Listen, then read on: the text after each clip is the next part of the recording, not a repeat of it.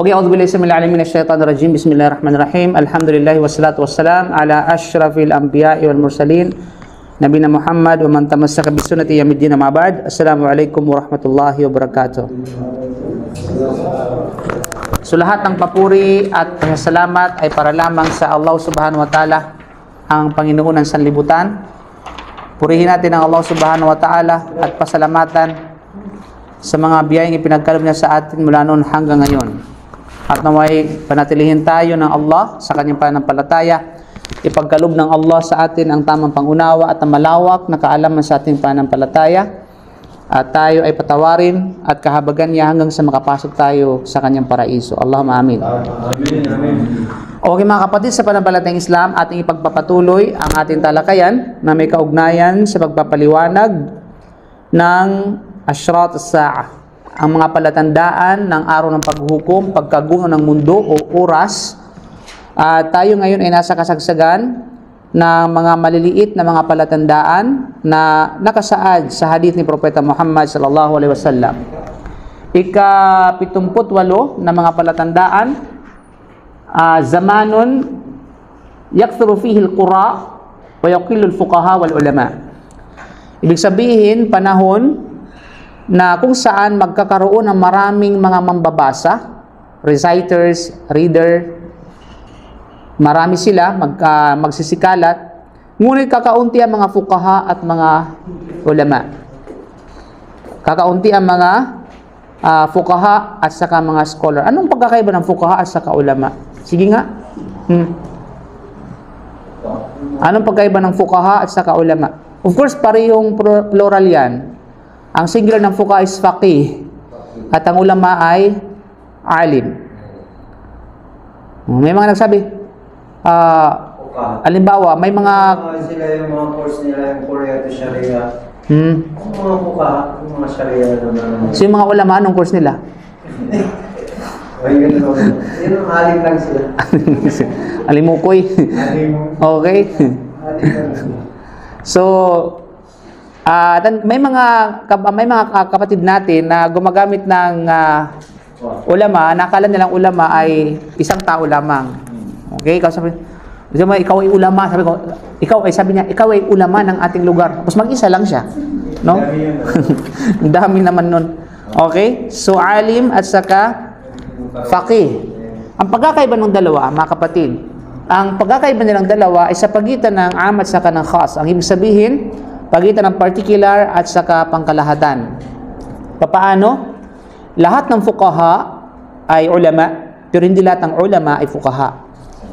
Okay? Ibig sabihin, lahat ng fuqaha, ano bang ibig sabihin ng fuqaha? Fuqaha, literally, ang ibig sabihin ay understanding, faham, pangunawa. No?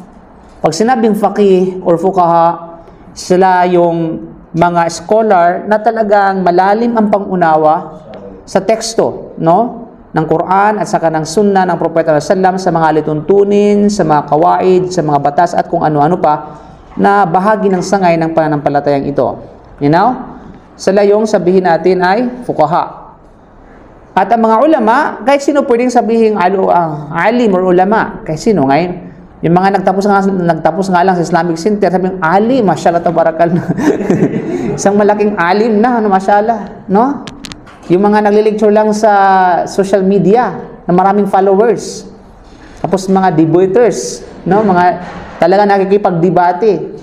Ang tingin ng ibang mga tao, yung mga normal na tao, sila yung mga mashallah, matatayog na yung kaalaman. Okay? Kaya walang sino man ang makapagtutukoy kung sino ang tunay na scholar, maliban lamang sa isang scholar din. You know? Kaya pag sinabi ng isang tao na normal na walang masyadong napag-aralan, sinasabi sa isang tao na alim, okay, na hindi alam yung background ng kanyang, sabihin natin, yung kanyang study, hindi yung totoo. Okay?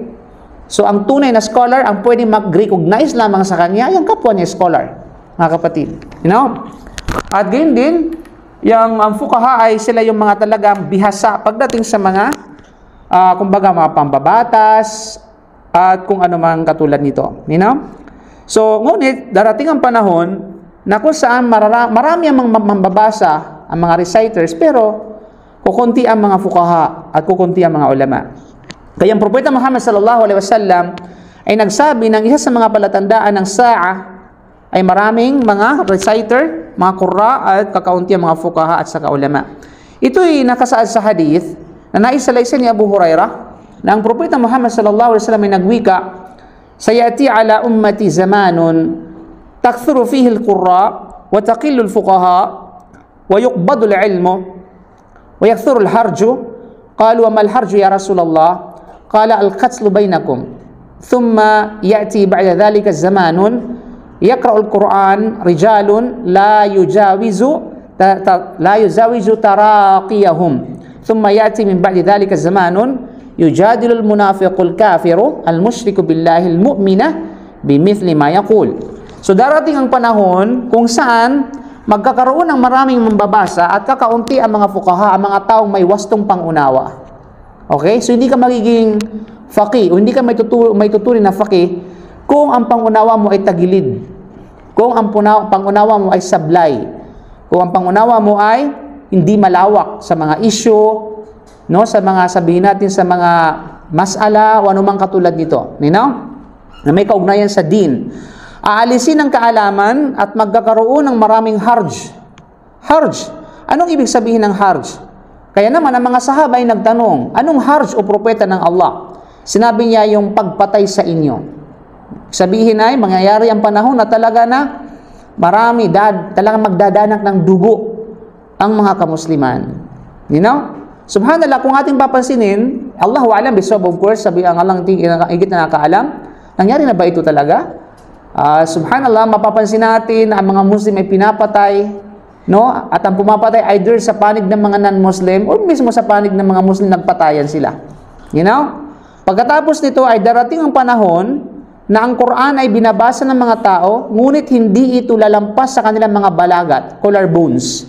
Ibig sabihin dito lang, babasa lamang sila ng Quran, pero hindi papasok papunta sa loob. Ano ibig sabihin? Hindi papasok papunta sa puso.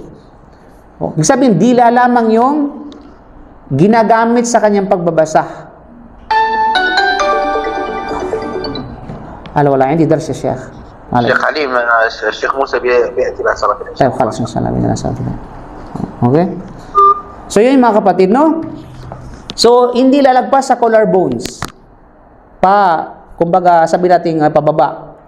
Pagkatapos ito, darating ang panahon ang hindi naniniwala na isang mapagkunwari, isang kafir, isang mushrik, sumasamba ng iba bukod sa Allah, ay makikipagtalo sa mga mananampalataya gamit ang parehong arguments gaya niya. I think mapapansin natin, okay? Kapag nagkaroon sa mga debates na makikita natin niya, subhanallah, yung mga kuffar, yung mga mushrik, yung mga munafiq, sila ay makikipagtalo sa mga mu'min, sa mga mananampalataya na parehong arguments. Gagamitin ang arguments nila laban sa mga mananampalataya. Malinaw, makikipagtalo, ganito, ganyan. Sinabi ganito, ito yung patunay. May mga munafik dyan, mga kapatid sa pananampalataya, isang nagbabasa ng Quran. Akala mo yung awari mo ang tali-talino. No? Marunong silang magbasa ng Quran. Di ba? Ha? Bago lang sa akin. As in? Ha? Di ba? Gumagamit sila ng dalil sa Quran, pero kafir sila. Muslim, ang nakapagtataka ngayon, may Muslim na niwala. Okay lang sana kung para yung mga non-believers na naniniwala. Kasi nature na sa kanila talaga, naniniwala sa kapwa nila hindi mananampalataya. Pero yung magtataka ka, gagamit ng Quran ang kafir, mushrik, munafiq, tapos gagamitin arguments to laban sa'yo, pagkatapos ang kapwa mo Muslim naniniwala pa sa kanya kaysa sa'yo. Diba? Yan ang kahunghangan ang tawag dyan. Subhanallah mga kapatid. Di ba? May mga Muslim, may mga mga kapatid na to, ganito, nagtatanong, Ustaz, bakit ganyan? Bakit sinabi ni Pastor ganito, ganyan, gamit ang Quran? Naniniwala ka dyan. Pastor yan, na pagkagamit ng Quran, paniniwala ka? Subhanallah. Di ba? Fin moch. Di ba? Subhanallah. So yun yung mga kapatid. So ibig sabihin, mapapansin natin na talagang umiiral na ito Allahu alam sa panahon ngayon, mga kapatid, sa pananampalatayang Islam. Subhanallah. Lalong-lalo na ang mga bagay, kapag ang kaalaman ay inalis sa pagkamatay ng mga scholar. Pagkamatay ng mga ulama, kapag ito ay inalis na yung kaalaman sa pagkamatay at pagkawala ng ating mga totoong scholar. Kapag walang natitira na scholar, mga kapatid, sa pananampalatayang Islam, ang mga tao, anong mangyayari? Saan kukuha ng kaalaman ang mga taong ito? Kapag nawala na yung mga ulama natin, yung mga scholar natin, yung mga fuqaha natin, walang duda, kukuha sila sa mga mangmang na opinyon. Sa mga sufaha. Okay? So, ang fuqaha, ang kasalungat niya ay sufaha. Ang faqih, ang kasalungat na ay safi. Okay? Matatanungin at magbibigay ng mga pasya ng walang kaalaman. You know? Kaya sila ay maliligaw at makapagliligaw ng ibang tao. So, walang duda. So, yung mga tao na ito, sa panahon, lalo pa sa panahon ngayon, no? Kung saan-saan lang kinukuha yung kanilang kaalaman. Diba? Nakaano lang sa... Ang daling maniwala ng mga tao ngayon. Nakakita lang sa website, maniniwala na. Alam mo yun? Nakikita lang ng clips na alam mo, lumulutang yung masjid. Sa Alapaap, naniwala na. Masjid lumulutang. Subhanallah. Mangha-mangha. Okay. Masjid pinalutang, mga kapatid. Yan, ang dali lang gawin yun sa Photoshop. No, ilili-out lang yan. You know?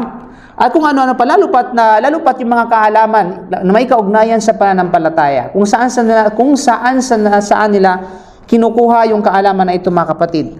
Kaya isa ni Abdullah bin Amr ng Prophet sallallahu alaihi wasallam nagsabi, "Inna Allah la yaqbidul ilma intiza'an yantazi'uhu min al-ibadi walakin yaqbidul ilma biqabdil ulama hatta lam yubqi 'aliman ittakhadha an-nas ru'usan juhala fasu'ilu fa'aftu bighairi ilmin fadallu wa adallu."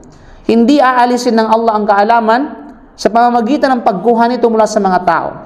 Okay? Hindi yung mga aalisin ng Allah subhanahu wa ta'ala yung kaalaman mo na kukuhain sa puso mo, sa sarili mo, o kay sarili ng mga tao, puso ng mga tao. Sa halip ay aalisin niya ang kaalaman sa pamamagitan ng pag-alis sa mga scholar hanggang kapag wala nang natitira, ang mga tao ay bumaling sa mga ignorante na pinuno na natatanungin at maglalabas ng mga hatol sa pangrelihiyon na usapin na walang kaalaman. Maliligaw sila at ililigaw nila ang iba. Okay? So yun yung mga kapatid sa pananampalatayang Islam. Kaya yung mga scholar, walang duda kung mapapansin natin yung mga great scholars, subhanallah, ay talagang bantog pagdating sa kaalaman, ay talagang sila ay nangawala na. Diba?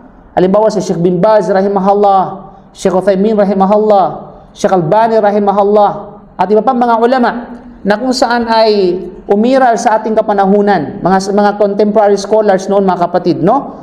Ay talagang sila ay inalis o kaya ang Allah subhanahu wa ta'ala ay kinuha na sila ng Allah subhanahu wa ta'ala at nauna na sila, mga kapatid, sa pananampalatayang Islam. Kaya ang ibang mga tao, kung saan na lang nila nakuha yung kanilang kaalaman. Kaya ang ibig sabihin ng pag-alis ng kaalaman sa mga hadith na binanggit natin kanina ay hindi binubura ito sa puso ng mga kaalaman ito, mga kapatid. Sa halip, ang ibig sabihin ay ang nagdadala ng kaalaman ay mamamatay. Sila ay babawian ng buhay. At ang mga tao ay babalik sa mga taong, mga mangmang, sa mga ignorante, no, na magpapasa ng mga hatol batay sa kanilang tinatawag na kamangmangan. So, anong mangyayari? Nililigaw nila ang kanilang mga sarili at ililigaw nila ang ibang mga tao. So, mahirap yun, mga kapatid. Kaya maraming naligaw. Kaya sa social media sa panahon ngayon, ang daming naligaw.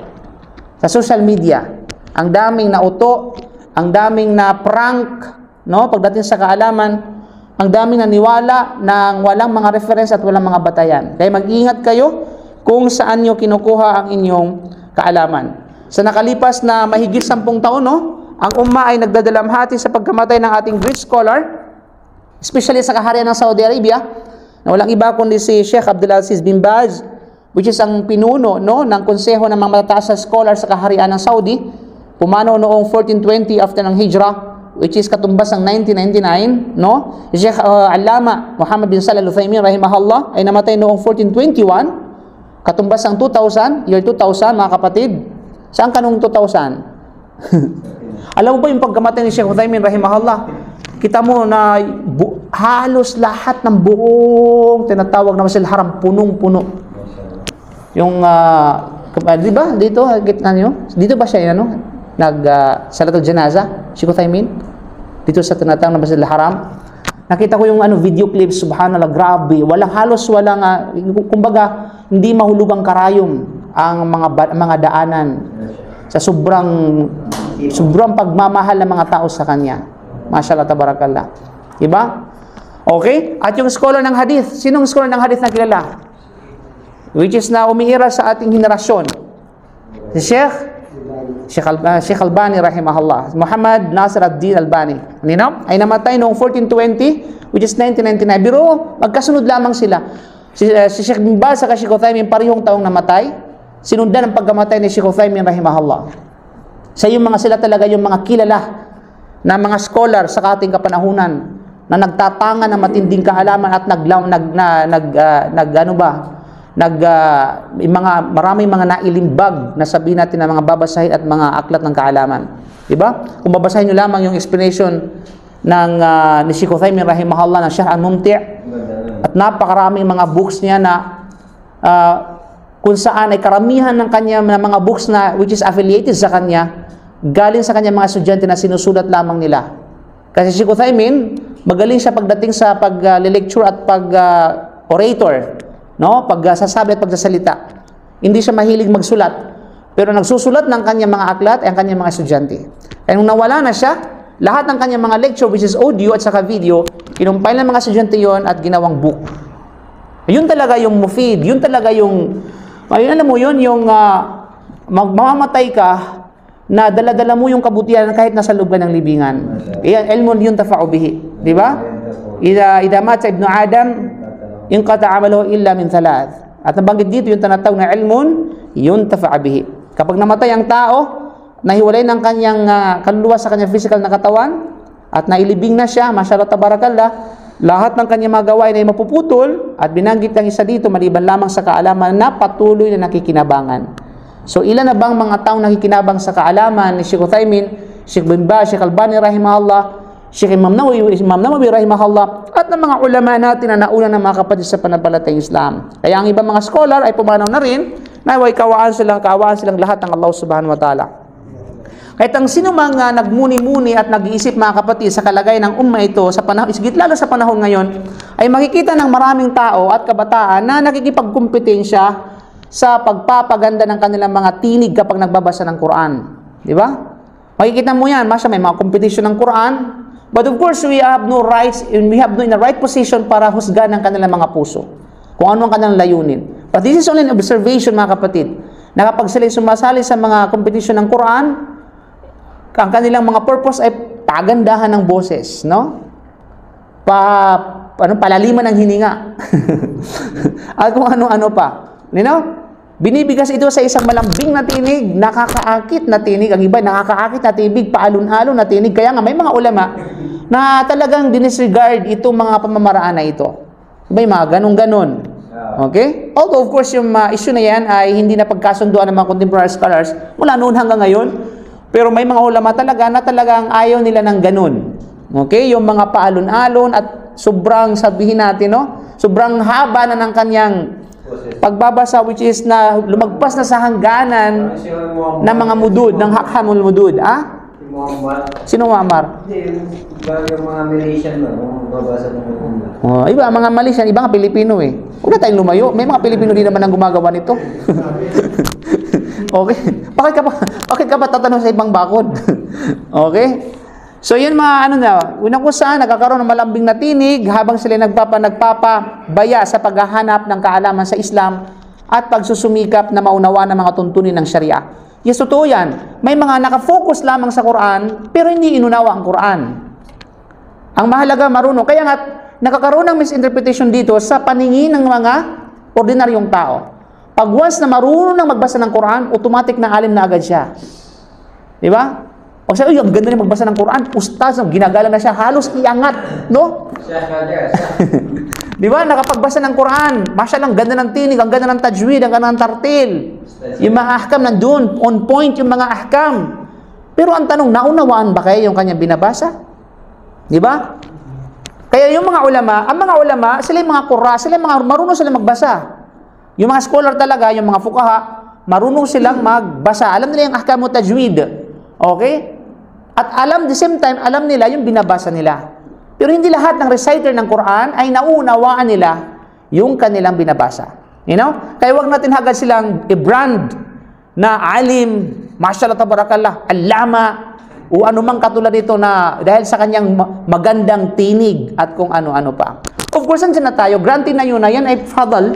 Yan ay kainaman sa kanila dahil sa kanilang pagsusumikap na sabihin natin na ma-acquire yung ganung kaalaman, maging bihasa pagdating sa kaalaman ng pagbabasa, mga kapatid. Pero at the same time, sa mga marunong magbasa ng Quran, wag na sana nilang pabayaan yung panig o yung side sa pag-aaral paano maunawaan ng Sharia. Kasi napakaganda na magaling ka sa ganung bagay, at the same time, naunawaan mo yung din mo at naunawaan mo ang Sharia. You know? Kasi yun talaga ay wala kang maitatapon dyan. Okay? So lahat ay, Masya Allah, kumbaga sabi ng mga katagangan yun na, sana all. No? Sana all, how to be you po, sabi niya.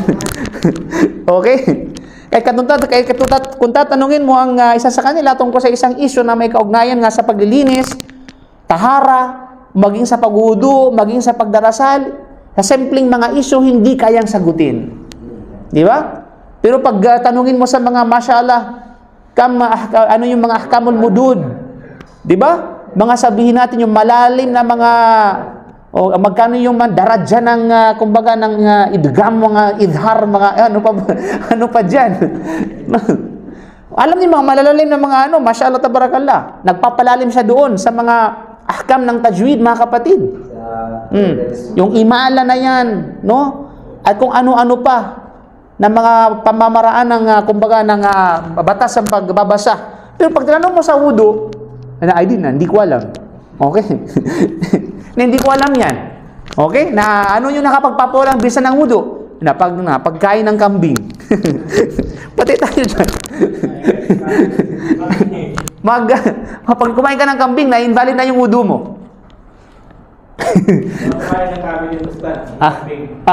Kumain ng kambing ng Kumain ng, ang ganda ng tanong. Kumain ng kambing ang kamil at kinain ng tao yung kamilyo. Anong hukom ng wudu? Ano yung hukom na tinatawag na wudu?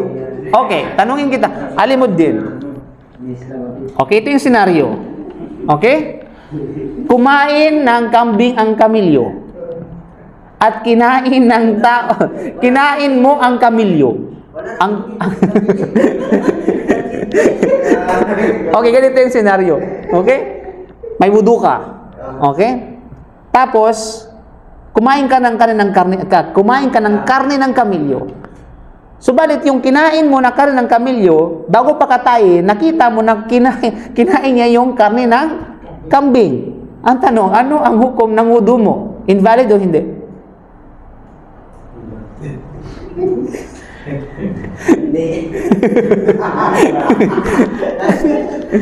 Okay.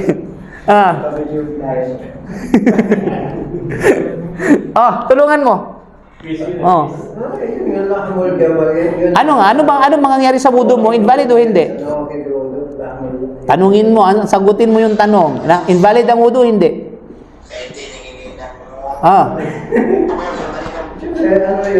At least loto yung kamilyo, hindi? Ano? At least loto yung kamilyo.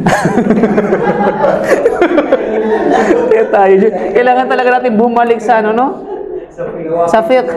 Kailangan sa nawakid wudu eh. O ano bang nawakid wudu? Ano ang babagay sa mga nabanggit doon? For example, nagkakain ka ng kamil. Kailangan talaga, magulo ka talaga. Kahit nakakain ng kambing, yung kamil ng kamil? Wala naman yun. Pwede naman yung... Hindi naman bata yun ng mulo mo, sir. Ang tanong dyan, kumakain ba ng kambing yung kamil? Kumakain ba ng kamil yun ng kambing? Kambing naman yun. Hindi naman nakalagay sa fake na Okay. yung kambing awal ka na. Yung kambing kasi Laan mo ng tabo. Pero kapag kambing talaga siya, talaga magulo talaga. Okay. So anyway, ang issue na yun ay mukhtalaf. Ibig sabihin ay hindi na pagkakasunod ng mga fuqaha. May mga nagsabi na invalid, may mga nagsabi, majority sa mga ulama ito ay invalid. Malinaw? So kahit ano pang kinain ng kamilyo, tapos kinain mo yon, Invalid pa rin dahil kumain ka ng karne ng kamilyo. O, meron ba akong isang tanong tungkol sa fiqh? Okay? Kinatay mo ngayon yung alam mo, kung nagkatay ka ng kambing, tapos yung kambing na kinatay mo, buntis. Okay. Ang tanong, halal ba na kainin yung karne nun? Yung fetus sa lutusan o ano? Yung, naman yung fetus sa labas. Sabi ko nga, buntis nga. Sa loob nga yung Kainin mo yung fetus sa stand. Anong tanong nga, halal ba na kainin yun? Oo, stand. Oo. Halal. Halal. Oo. Kasi may hatid dyan na... Sige, go ahead. Go ahead. Hindi ko lang maalala, pero may hatid. Kayo yata nagsabi sa amin nun. Oo mo kinamay dyan. May kinatay na... Kung niya wala, sa piligan tayo. Kumain si... Okay, dagdagan natin ang problema na yan. Okay? Bukod sa pagkatay, ang gagawin mo ay pagbenta. Ibebenta mo yung tinatawag na kambing na buntis. Okay? Bibenta mo siya. Ito ba ano bang pagbibenta nun? Halal o haram? Bibenta mo yung buntis. Alam mo na buntis, alam mo nung nagbibili o alam mo na nagbibili.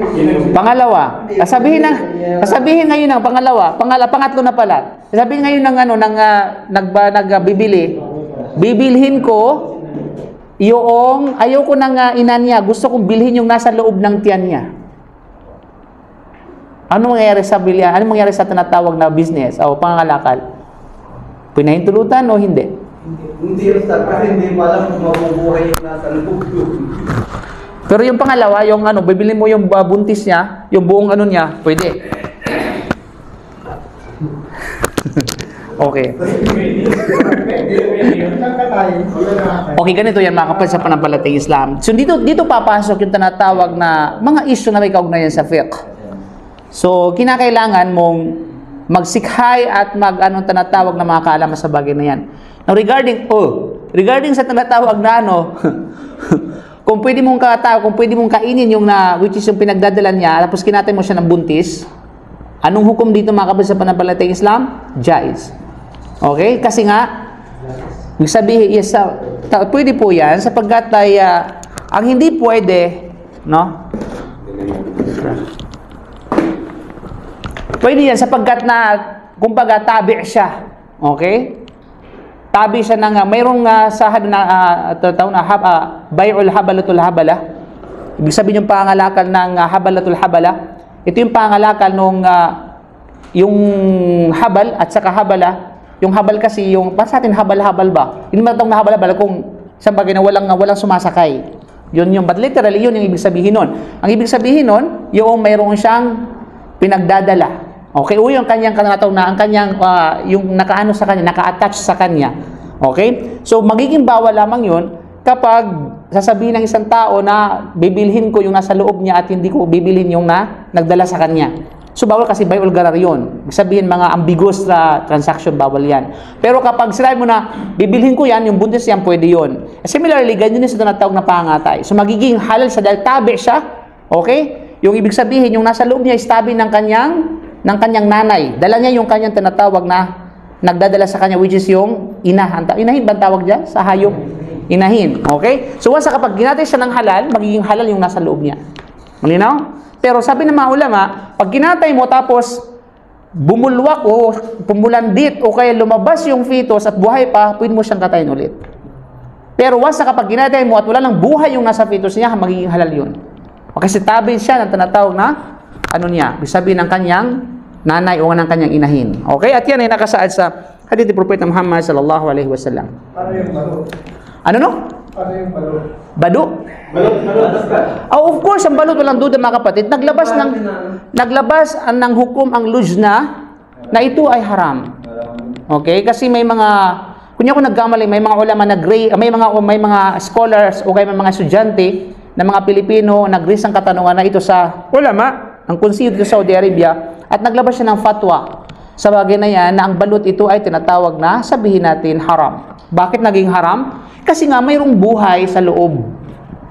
Para maging halal yun, di katahin mo yung ano. Okay, hintayin mo at sa katahin mo yung ano. Kasi alam mo naman yung ano, alam mo naman yung balot, di ba? May buhay sa loob ng ano, di ba? Tayo, kumakain kayo ng balot dati, di ba? 20 days. Oh. So patay yun. So magiging may matuturing na maita. At ang maita ay pinagbabawal sa Quran. No? Nakasaad yan sa tinatawag na banal na Quran.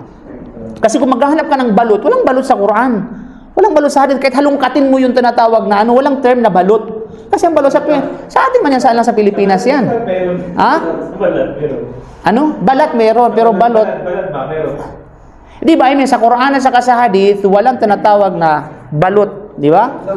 Subalit, yung kanyang composition, yung anong meron sa kanya, doon natin titingnan kung pwede maging halal o kung pwede maging haram. So, walang duda, sabi ng ating mga ulama, ito ay haram. Linaw? Okay, mga kapatid, sa pananampalatayang Islam, na kung kaya yun nga, kung tatanungin mo isa sa kanila, tungkol sa isang issue na may kaugnayan sa paglilinis, tungkol sa mga wudu, tungkol sa mga basic na kaalaman, tungkol sa pag-aayuno, tungkol sa pag-hajj, wala silang alam. Wala silang alam. So, walang duda, marami na, sa panahon ngayon, marami na ang marunong magbasa ng Quran. Okay? Marami yung reciter, mashallah. Lahat, everyone can read the Quran, mashallah. Alhamdulillah. It's a privilege. Walang duda. Hindi natin sabihin na masama yun. Okay? Mabuti yun. Kasi lahat natin natututo tayo magbasa ng Quran. Linaw? Ang masama dito, hanggang doon lamang tayo. Diba? Hindi tayo nag-explore at hindi tayo nagdagdag ng kaalaman at wala tayong interest pagdating sa pag-unawa at paghalungkat ng kaalaman na may kaugnayan sa ating Sharia. You know? So, as a Muslim individual sa atin, ay obligasyon natin yun, mga kapatid. Diba? Na alamin mo yung Sharia mo, alamin mo yung, kahit ba lang yung pamamaraan ng wudu, alamin mo yung mga batas nito, kasi yun yung mga normal na ginagawa natin na ibadah sa Allah subhanahu wa ta'ala. Yung pagdarasal. So, ilan bang mga Muslim ngayon na nagdarasal, hindi alam ang ahkam ng salah? Di ba? Ilan na ba ngayon sa panahon ngayon ng napakarami mga Muslim na hindi alam kung ano yung mga mubdilatis salah? Ano yung mga invalidators o sabihin natin nullificators ang tinatawag na salah? Hindi alam. Hindi alam kung ano yung mga wajibatis salah. Hindi alam kung ano yung mga rukun ng salah. Basta magsambayan lang ng sambayan na 5 dalan, na 3, na 4, na tama na yun. Okay? Basta ang alam ko ng duhur na 4 na yun. Okay na yun. Okay? Basta ang alam ko na nang Maghrib na 3 rakana, sapat na yun. Na hindi pwede yun. Hindi inalam kung kailan yung oras ng pagpasok ng sala, kung kailan ma-expired yung tinatawag na specific na sala, mga ganun mga bagay. Hindi alam kung ano yung gagawin kapag nakalimutan niyo yung mga bagay na ito during the sala. Wala siyang alam, mga kapatid. Pero pagbasahin mo ng Quran, mashallah tabarakallah. Di ba? Talagang maantig talaga yung puso mo. Dahil sa kanyang pagbabasa ng Quran, dahil naisip mo yung mga utang mo. No? Hindi ko alam kung saan ang iba, so umiiyak pagbabasa ng Quran.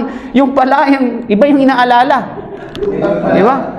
Utang pala at saka di ba, may mga alam mo yun, mga bigo sa puso. Okay, pag nagbabasa ng Quran, iyak ng iyak. Di ba? Pag yung tumitingin, mashallah tabarakallah. Pero hindi niya alam kung ano yung nasa isip niya habang nagbabasa siya ng Quran. Bakit siya naiiyak? Broken hearted pa.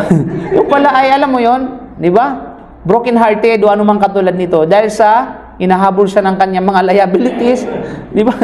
So subhanallah. So mga kapatid, kaya sumikap tayo. Kapag marunong tayo magbasa ng Quran, sinisikapan natin na maunawaan natin ang binabasa. At the same time, nagsusumikap tayo na maunawaan natin ang Sharia, ang ating din, upang sa ganun, alam natin kung ano yung dapat nating gawin. You know?